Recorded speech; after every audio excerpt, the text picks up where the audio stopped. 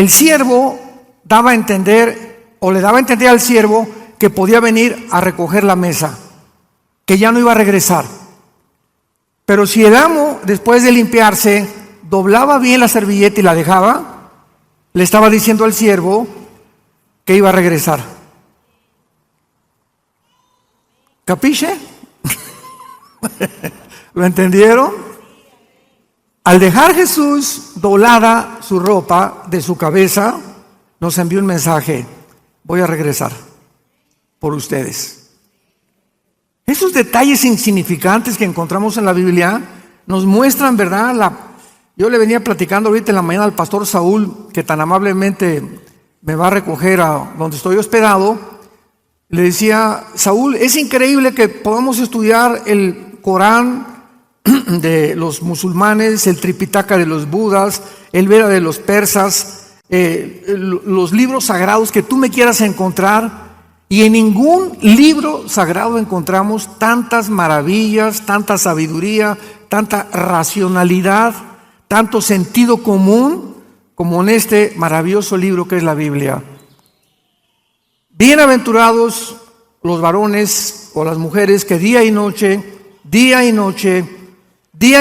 no solamente al mediodía, día y noche meditan, leen, estudian, porque serán como árboles plantados junto a corrientes de agua, que van a dar su fruto a su tiempo y su hoja nunca caerá. Dichosos los que día y noche leen, memorizan, estudian la palabra de Dios.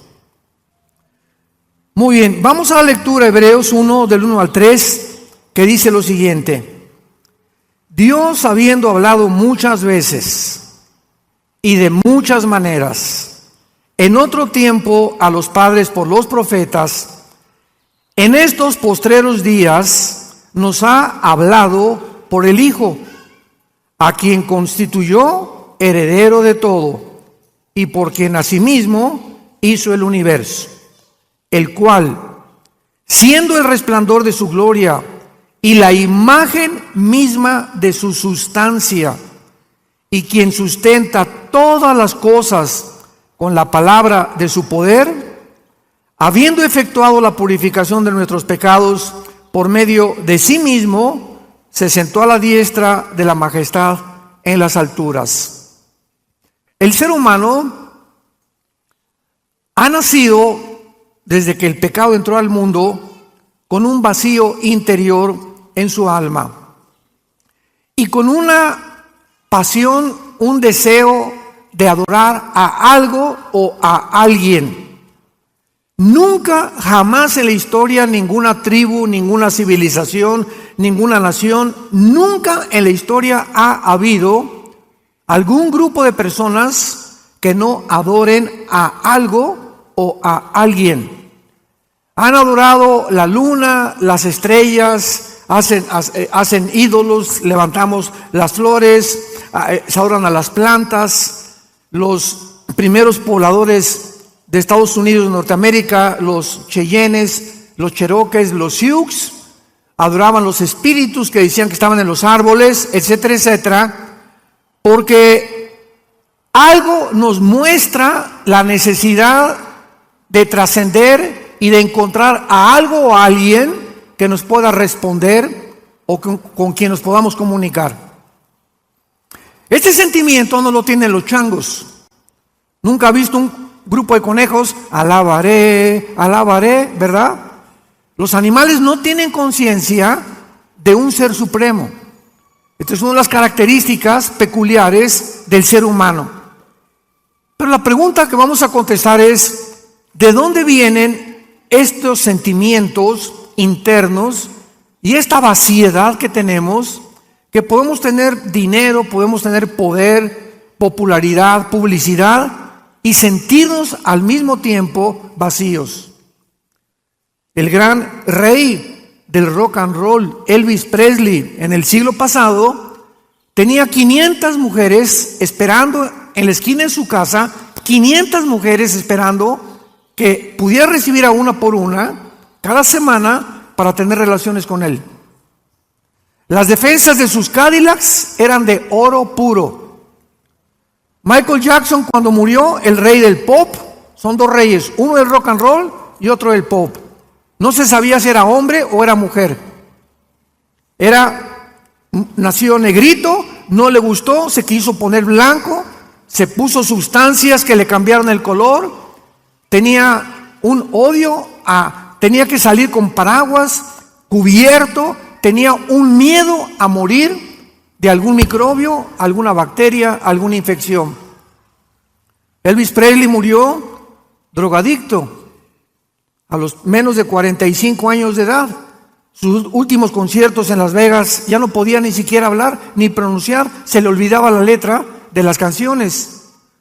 Michael Jackson murió en una desesperación total y después se descubre que era un pederasta que violaba a los niños, que invitaba a su granja, que tenía tipo Disneylandia, propiedad de él, y los violaba, niños menores de 10 años de edad. Entonces vemos que detrás de todos los personajes políticos, deportistas, cantantes, que se supone que son los representantes del éxito y de la fama, mueren peor que los animales. Nunca encontraron la respuesta a esa vaciedad. Elvis Presley la buscó en las mujeres, en la fama, Michael Jackson en los niños. Imaginémonos. Qué manera más desperdiciada de vivir, ¿verdad? Y en Eclesiastés 3:11, el rey Salomón nos da la respuesta. Dios hizo todas las cosas buenas en su tiempo. Eclesiastés 3:11. Y Dios puso la eternidad en el corazón humano, sin que el hombre entienda las cosas que Dios ha hecho. Entonces, desde que nacemos los seres humanos, llámense chichimecas, tlaxcaltecas, olmecas, sioux, cheroques, aucas del Ecuador, lacandones o en el Brasil o lo que sea, no importa a través del mundo el tipo de ser humano, todos nacemos con la eternidad. ¿Qué significa esto? Que sabemos que de alguna manera la vida no lo es todo.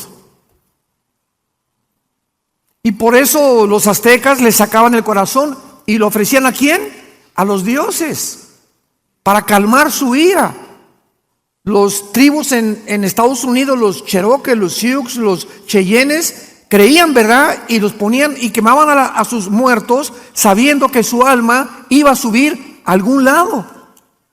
Pero hay siempre esta existencia, los budistas, los musulmanes, todos, ¿verdad? De alguna manera sabemos, los hindúes tienen a Vishnu, a Shiva, sus dioses, sabiendo que están fuera de nuestra naturaleza y de nuestra dimensión y que hay algo que tenemos que hacer para agradarlos.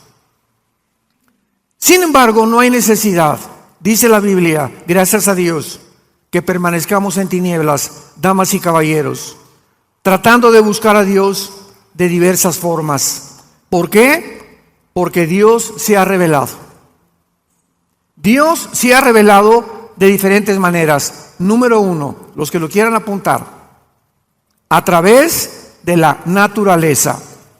Dice en Romanos capítulo 1, versículos del 19 al 20, porque lo que de Dios se conoce, les es manifiesto, pues Dios se lo manifestó.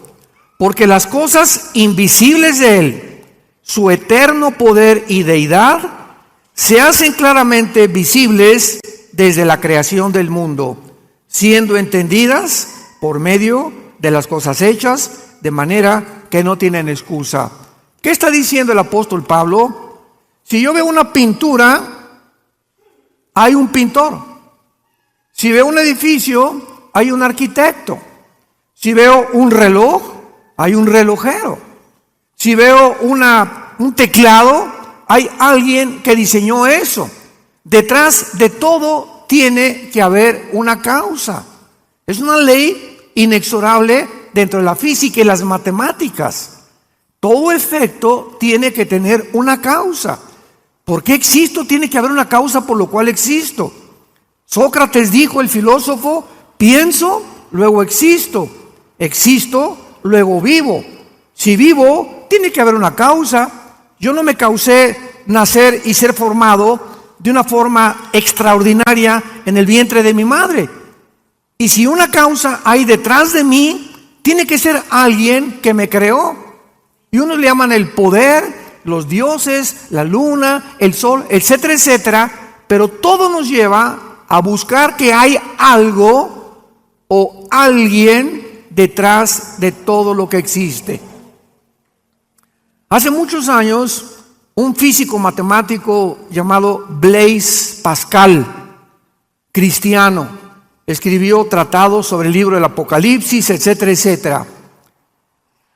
Tenía amigos ateos, y los ateos, ustedes saben que, no, les dices, ve el orden del universo y el diseño de Dios a nuestro alrededor.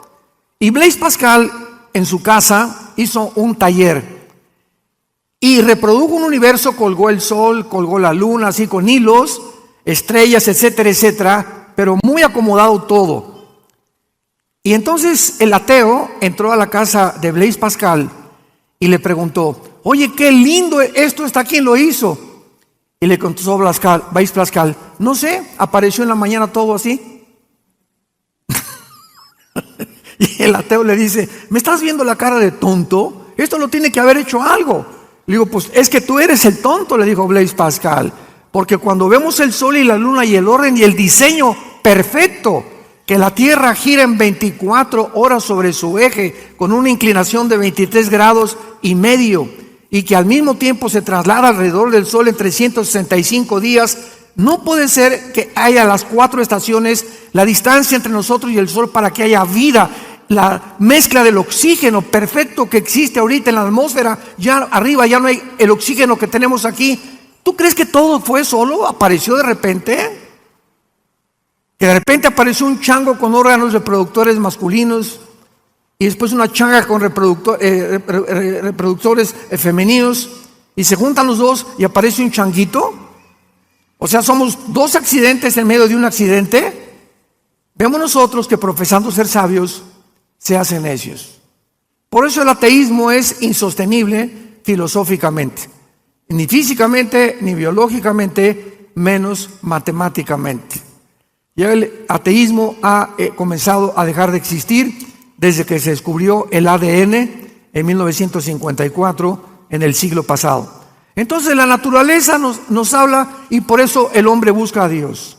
Los antiguos, las tribus, las civilizaciones veían todo, veían las estrellas, adoraban, y algo nos impulsaba a adorar el universo, porque tenemos la eternidad en el corazón. En segundo lugar,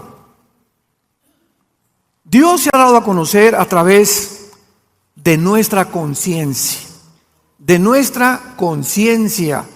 ¿Qué es la conciencia? Con, dentro, ciencia, conocimiento. Conciencia, conocimiento interno. Es lo que significa conciencia. Entonces tenemos un conocimiento innato, adherido a nuestra alma, que nos premia o nos juzga de acuerdo a nuestras acciones. La materia no lo pudo haber creado. Dile a tu maestro en la universidad: bueno, ¿qué explicación tiene usted de los ateos del universo? El Big Bang. ¿Qué es eso, maestro? Pues que hubo una explosión y se formó todo. Muy bien, vamos a seguir una línea de lógica elemental, querido maestro. Si hubo una explosión, ¿quién la produjo? ¿Chita? ¿Qué había detrás de la explosión? Porque todo efecto tiene una causa. Para que haya habido una explosión, algo la causó.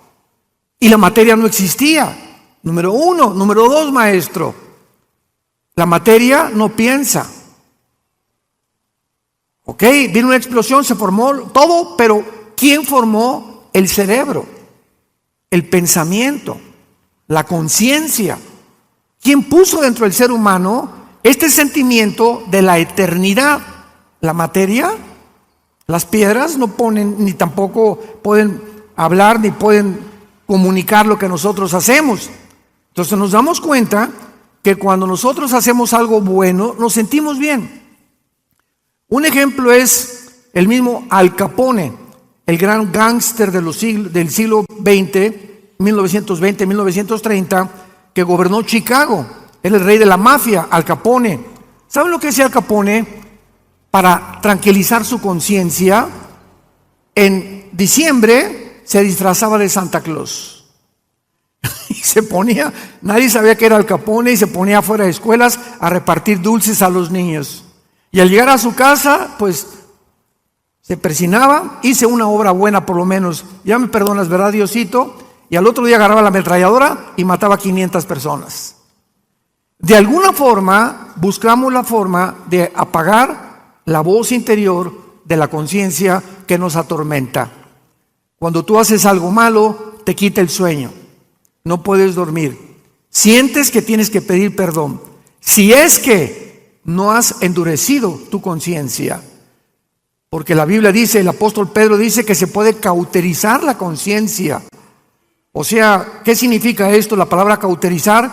Si yo agarro un hacha o un martillo y lo estoy constantemente usando, se van a desarrollar callos en la mano. Los callos es una acumulación de pellejo, y si yo agarro una aguja y atravieso el callo, no siento.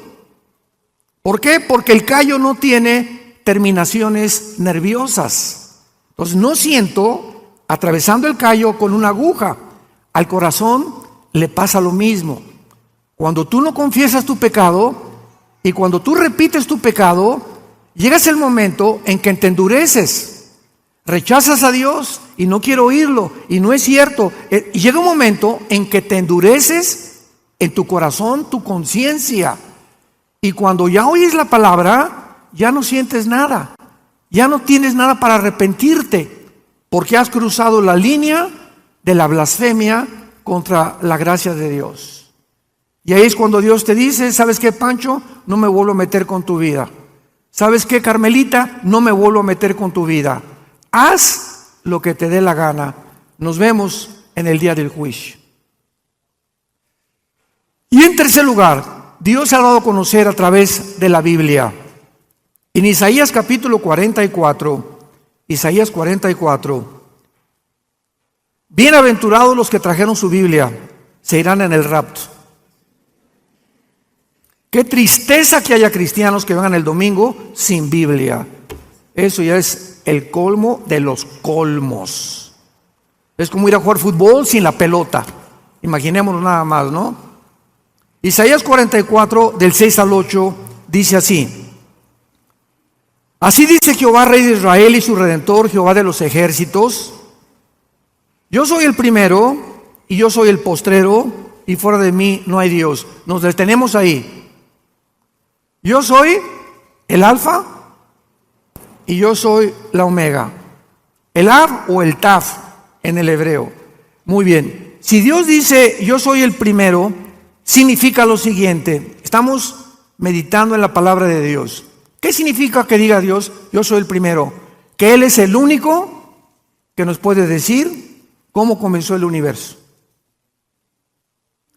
Ningún método científico ni investigación humana, intelectual, nos puede llevar a decidir, a descubrir cómo se formó el universo. Entonces, como el ser humano no puede saber nunca cómo se comenzó el universo, porque para saberlo teníamos que haber estado ahí, ¿correcto? Tú no puedes saber algo si no estuviste ahí. Entonces, como no estuvimos en el principio, inventamos.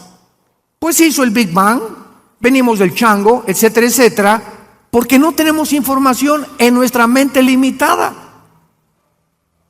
Y cuando Dios dice yo soy el primero, abrimos el Génesis y comienza la Biblia. En el principio, Dios creó los cielos y la tierra. Y cuando dice la Biblia en el principio, significa que hubo un principio y que no hay eternidad en la creación de Dios. Algo comenzó y algo va a terminar. Y si hay esto, significa que las leyes de la termodinámica, la primera y la segunda ley de la termodinámica, corroboran que realmente todo está en descomposición el sol pierde millones de toneladas más a todos los días, la madera se echa a perder, estamos muriendo celularmente todos los seres humanos, todo hay que volverlo a pintar, todo el coche lo tienes que estar renovando en su aceite, cambiándole las piezas, todo está bajo una ley que se llama en la física la ley de la entropía, que corrobora la segunda ley de la termodinámica, tal como la Biblia lo dice. En el principio Dios creó los cielos y la tierra, la materia, el espacio y el tiempo. En un versículo se encuentra lo que los físicos descubren hasta Galileo Galilei. Y hasta que Blaise Pascal y hasta que todos los grandes científicos, Pasteur, Einstein y la Biblia tenía razón. Entonces, Dios es el primero. ¿Quieres saber cómo comenzó todo? ¿Quieres saber quién eres tú? ¿Quién nos creó? ¿Para qué fuimos creados? ¿Cuál es mi propósito y mi sentido en la vida? ¿Hacer dinero?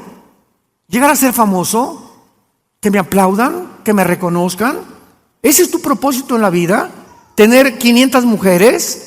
Si tú buscas todas estas cosas, vas a acabar en las tinieblas, naciste en tinieblas, vives en tinieblas y morirás en tinieblas, sin haber descubierto nunca en tu vida la razón de tu existencia. Entonces, dice la Biblia, si Dios es el primero, Él tiene las respuestas. Ahora bien, si Él es el primero, Él es el último, ¿correcto? ¿Dónde nos encontramos? En medio. Si Él es el primero y Él es el último, no hemos llegado al final. Ahora, si estamos en medio y volteamos hacia atrás y vemos que desde el principio hasta nuestros días las profecías bíblicas se han cumplido al pie de la letra, significa que las que faltan por cumplirse hasta el final se cumplirán de la misma manera.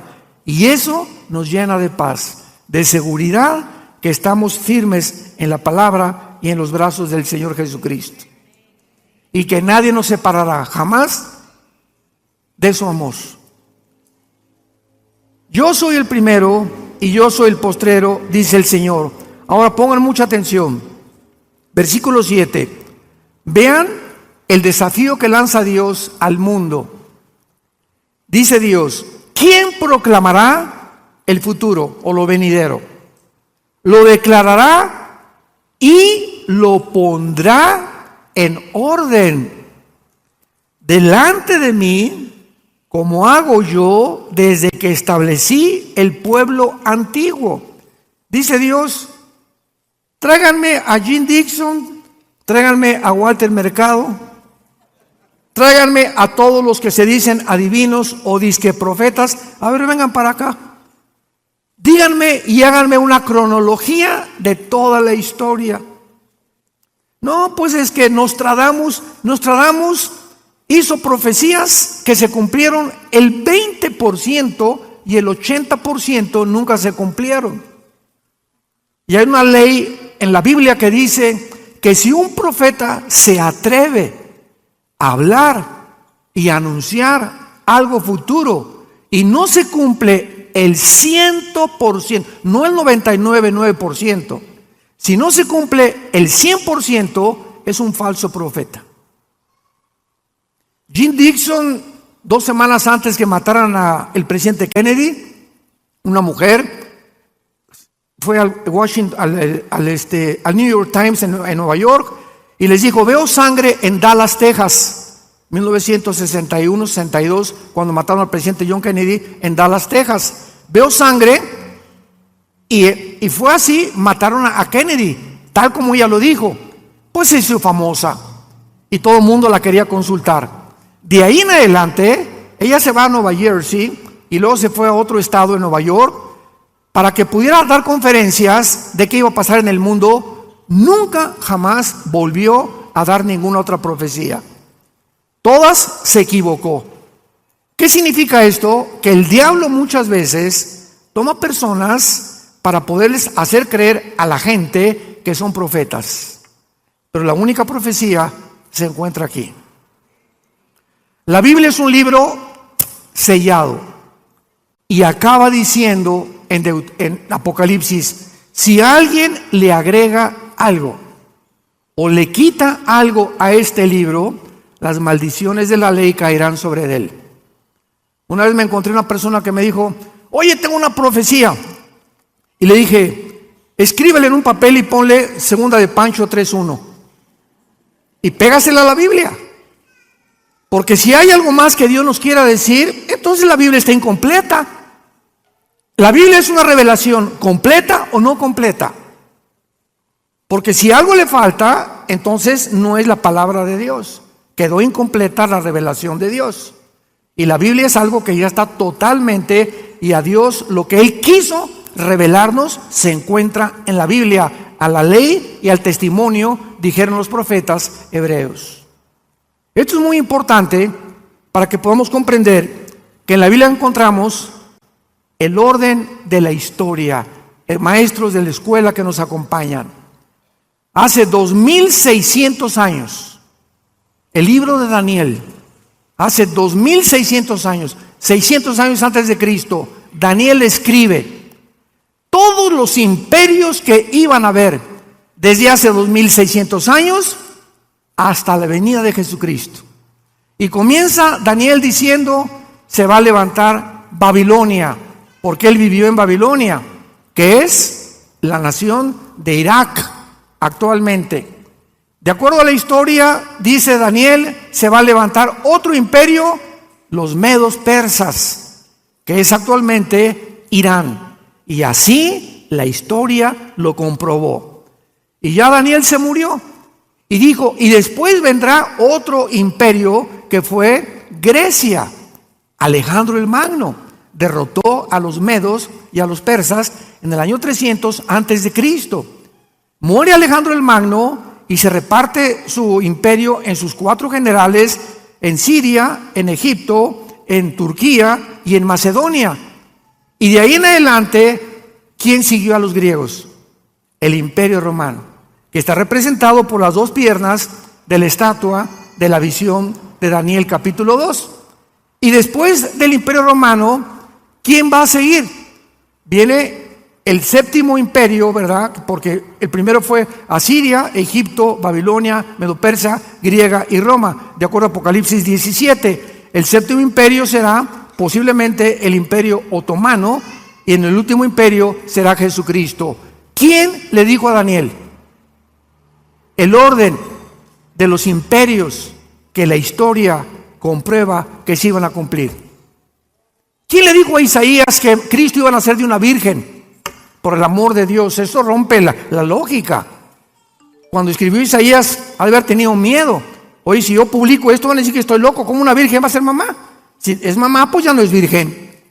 Pero así le puso, nacerá de una virgen, que es la palabra alma en el hebreo, que significa una doncella entre 14 y 16 años que no ha tenido relaciones sexuales, que era María, que no es María, su nombre es Miriam en el griego.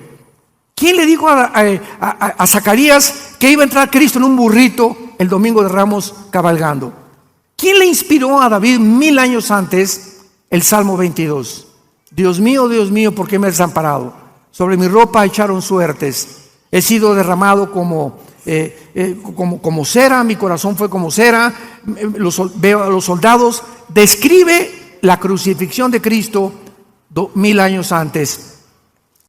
¿Quién pondrá en orden la historia como lo hago yo? ¿Quién pudo describir 33 profecías se cumplieron cuando Cristo colgaba en la cruz? Nada más en el momento que Él colgaba, 33 profecías se cumplieron. Vemos pues que tenemos la Biblia como la revelación de la palabra de Dios. Regresamos rápidamente a Hebreos y veamos lo que la Biblia nos tiene que revelar acerca del Hijo de Dios. Dios, habiendo hablado muchas veces y de muchas maneras en otro tiempo a los padres por los profetas. En el Antiguo Testamento, Dios habló a través de sueños, visiones y muchas veces, como Abraham, oyó la voz audible de Dios. Moisés, en Éxodo 3, cuando está con el arbusto, se aparece el ángel de Jehová y le habla a Moisés, y Moisés oye audiblemente la voz de Dios. Muy bien, todo esto perteneció al Antiguo Testamento. Mas ahora, en estos postreros días, en estos últimos días, que es de la cruz a nuestros días, Dios nos ha hablado por el Hijo. Dice la Biblia, para todos ustedes que también tal vez no sean cristianos, que a Dios no se le puede conocer a través de la meditación del budismo zen, metiéndote 2 churros de marihuana, en un viaje de LSD, ácido lisérgico, o tomando hongos de doña Sabina, que ella murió aquí en Oaxaca, muy famosa, que se ponían hasta como querían, ¿verdad? Con los hongos, buscando alguna experiencia hiperdimensional, siempre buscando nosotros experiencias que trasciendan, que nos revelen cosas misteriosas de la mente, etcétera, etcétera. Y muchos, yo me acuerdo que mi hermano, que fue el que me llevó a Cristo, estuvo con doña María Sabina 2 semanas. Le dije, con razón. No, gracias a Dios que se salvó, ¿verdad? Y está en sus 5 sentidos, es director del Instituto Teológico, no se vayan a asustar. Y me dijo claramente, ¿verdad? Cuando me puse y que estaba buscando a Dios, siempre me decía, con los amigos que fui, buscábamos a Dios y queríamos una experiencia así, para poder entender quién era Dios a través de métodos satánicos que el diablo quiere inducirnos para conocer a Dios. A Dios no lo puedes conocer a través de Buda, a Dios no lo puedes conocer a través de ninguna religión. Si algún ser humano quiere conocer a Dios, escucha esto con mucho cuidado. Antes de conocer al Padre, necesitas conocer al Hijo. Primero tienes que encontrarte con Jesucristo para que Jesucristo te presente a su papá. Veamos esta verdad en Mateo capítulo 11, versículo 27. Qué importante es esta revelación. Dice así, Mateo 11,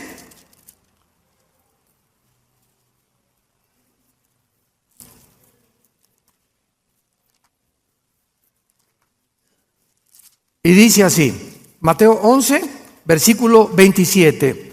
Todas las cosas, es Jesús hablando, con mucho cuidado lean esto, todas las cosas me fueron entregadas por mi Padre, y nadie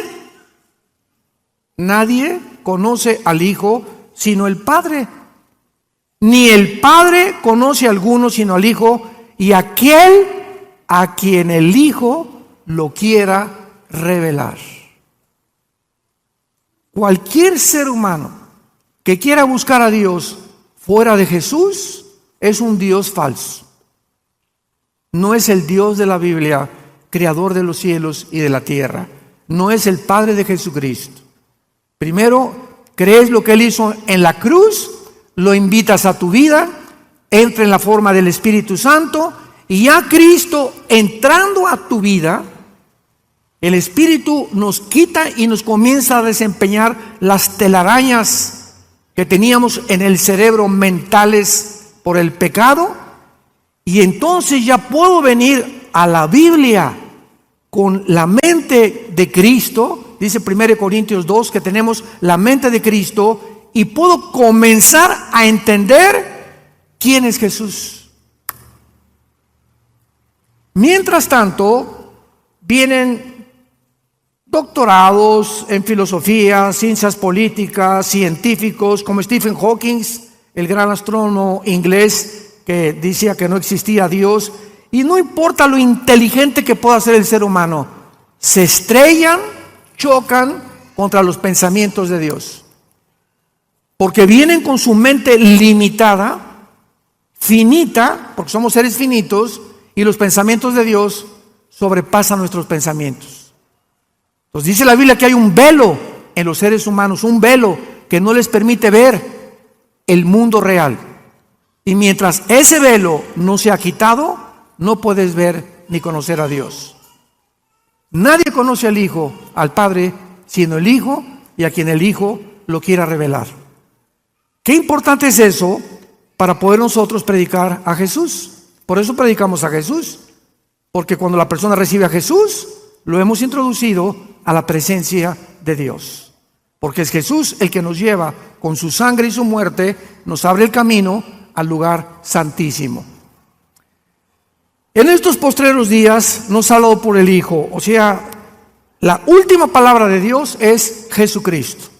Ya no hay otra manera de buscar a Dios más que a través de su Hijo. Y comienza la Biblia a describir a Jesucristo.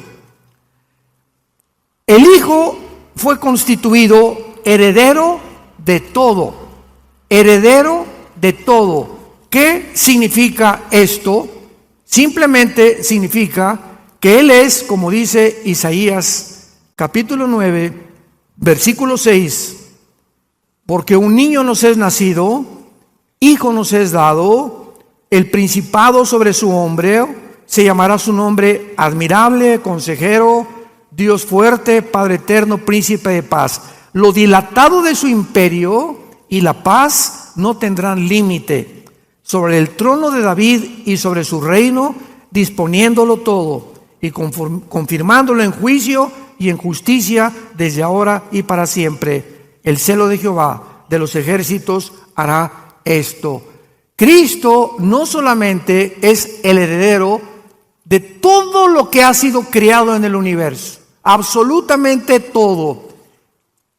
Y al entrar a nosotros, nos hace a nosotros, no a los ángeles, coherederos, juntamente con Él. Dio su vida en la cruz para que juntamente con Él reinemos en el futuro. Más que los ángeles, nos ha elevado Dios a una posición mucho más elevada en Jesucristo que los mismos ángeles. Y continúa diciendo Hebreos, y por quien asimismo hizo el universo. Imaginémonos que no existe nada, nada. Ni querubines, ni ángeles, ni estrellas, ni galaxias, no existe nada.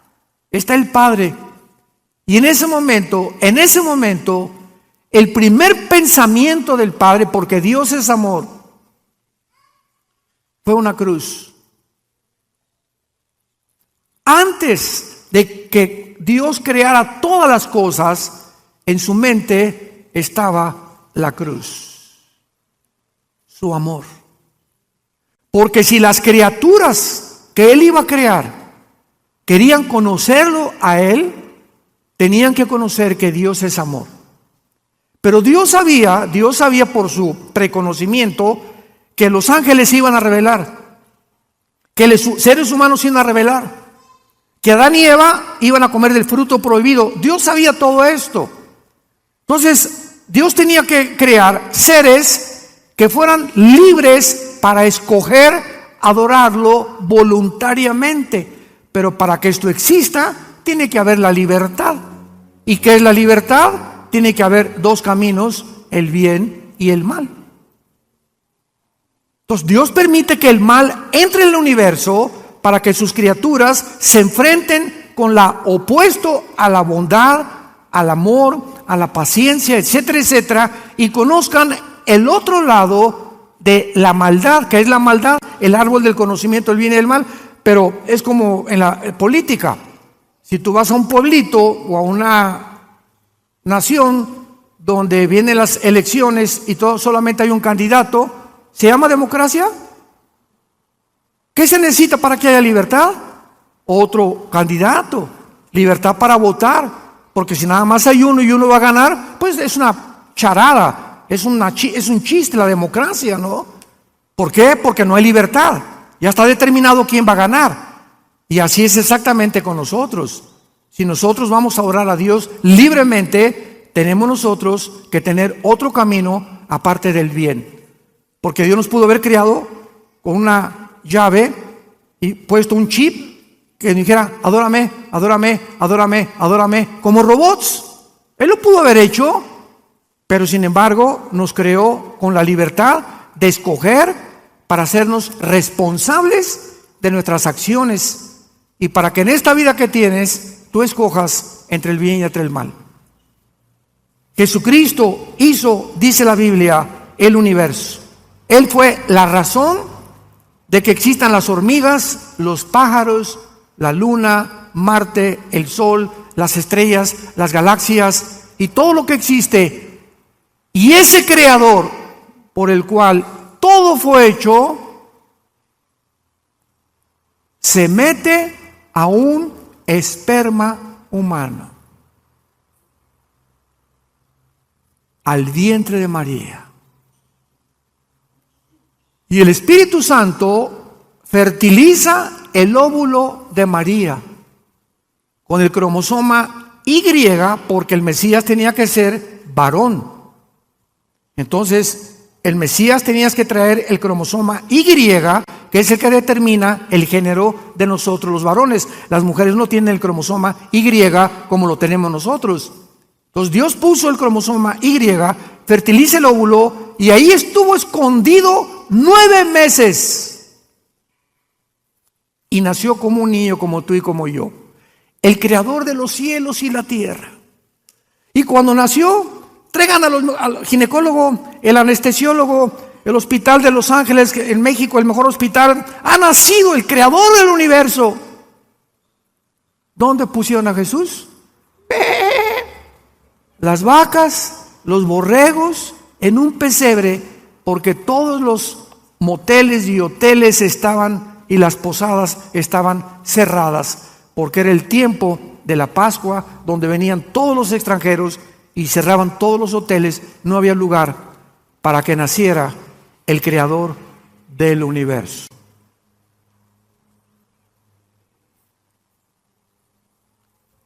Y antes de morir, se hinca a sus discípulos, agarra una toalla y les lava los pies a los 12 apóstoles. El creador del universo se hinca delante de nosotros. Pero le dijo, no, ¿cómo puedes tú hincarte? Si no aceptas, no tendrás parte conmigo, dijo Jesucristo. ¿Cuál es el mensaje de Jesucristo? Tú no puedes seguir a Jesús sin la humildad.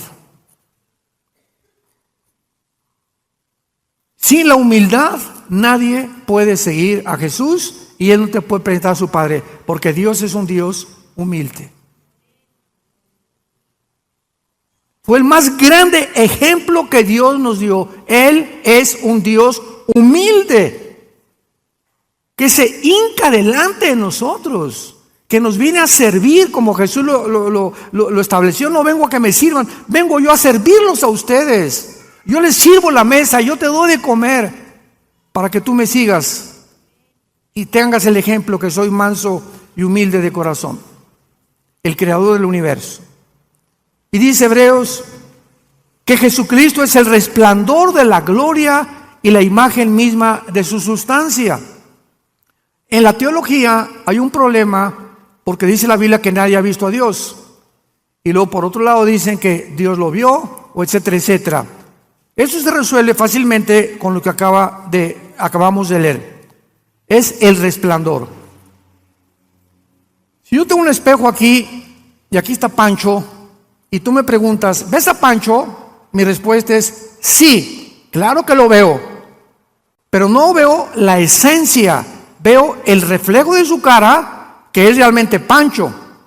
Entonces Dios, nadie puede verlo directamente porque nos morimos.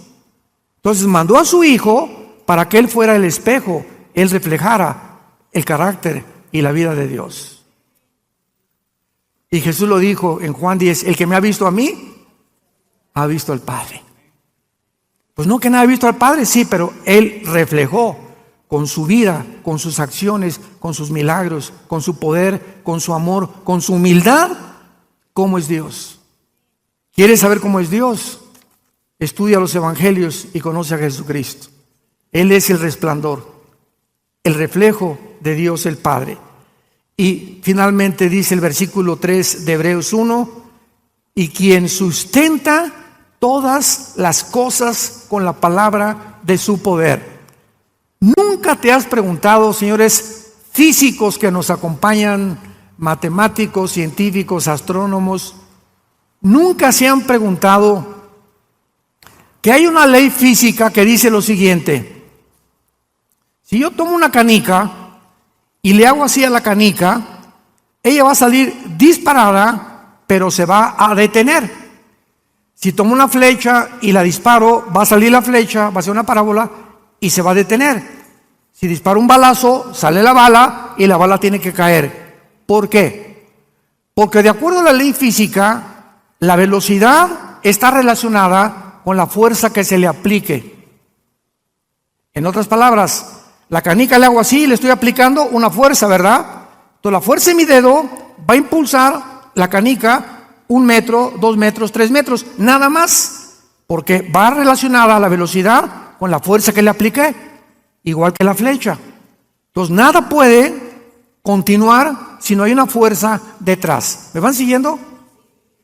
Ahora viene la pregunta. Me encanta. La Tierra gira alrededor de su eje en 24 horas. ¿Quién le hizo así?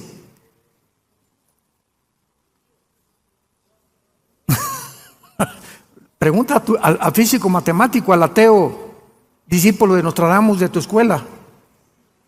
Apart from you, I promise to be with you forever. The person who make my life beautiful is none but you. I will never stop caring for you. I love everything about you and trust you even when I will be miles apart from you. I promise to be with you forever. The person who make my life beautiful is none but you. I will never stop caring for you.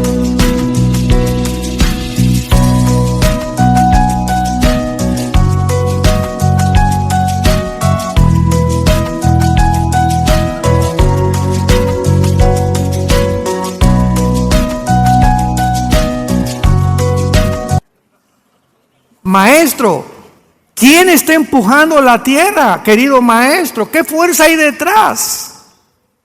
Contésteme física y matemáticamente. Vamos a sumergirnos en el mundo microscópico, a los átomos. ¿Quién mantiene los neutrones, los electrones, todo lo que es positivo alrededor del núcleo? ¿Quién mantiene esta velocidad continua de la materia que hace posible que la materia sea molecular? Tanto en el mundo microscópico como en el mundo macroscópico, ¿quién mantiene la Tierra? ¿Quién la empuja para que sea exactamente su vuelta en 365 días? ¿Quién mantiene las galaxias para que no choquen unas con otras? ¿Qué fuerzas hay invisibles? Dígame usted, maestro, físicas, que la física no tiene explicación. Jesucristo lo hace.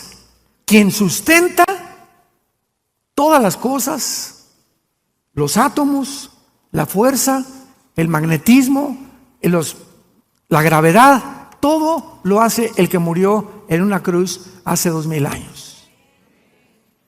El que tienes colgado ahí arriba de tu cama y que ni siquiera has considerado hincarte para adorarlo, bendecirlo y hacerlo parte de tu vida.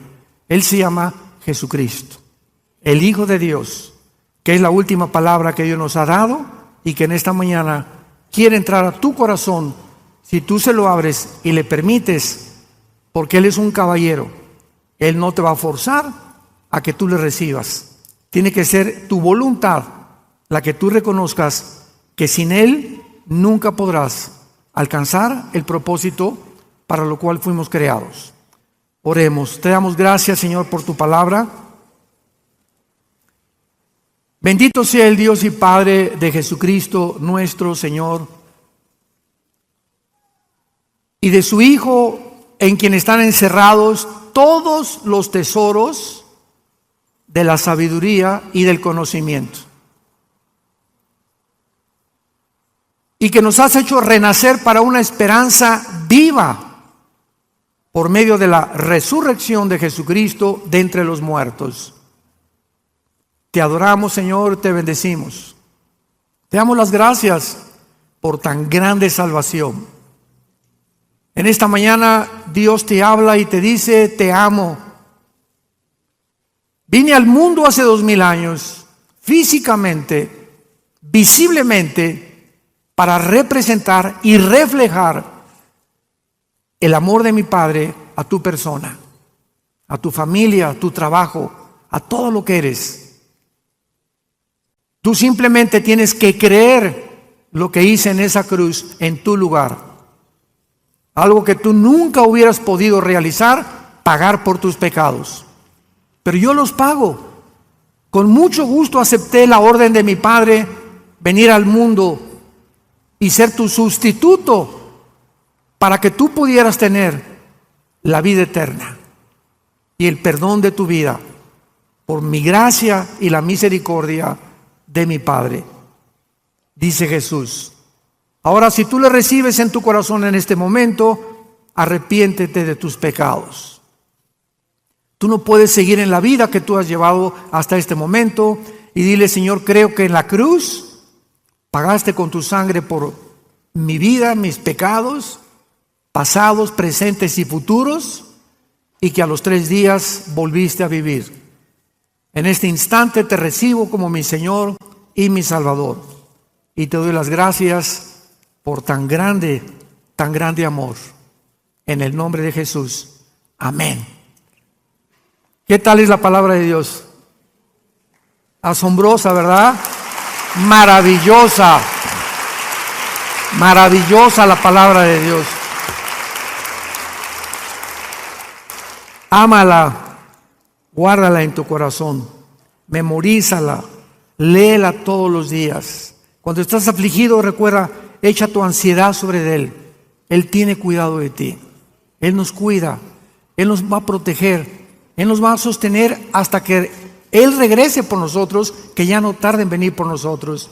Pero el diablo va a hacer todo lo posible por sacar esto de tu vida, porque esta es nuestra vida, la sabiduría y el poder de Dios. Por eso muchos vienen a la iglesia sin esto, desarmados.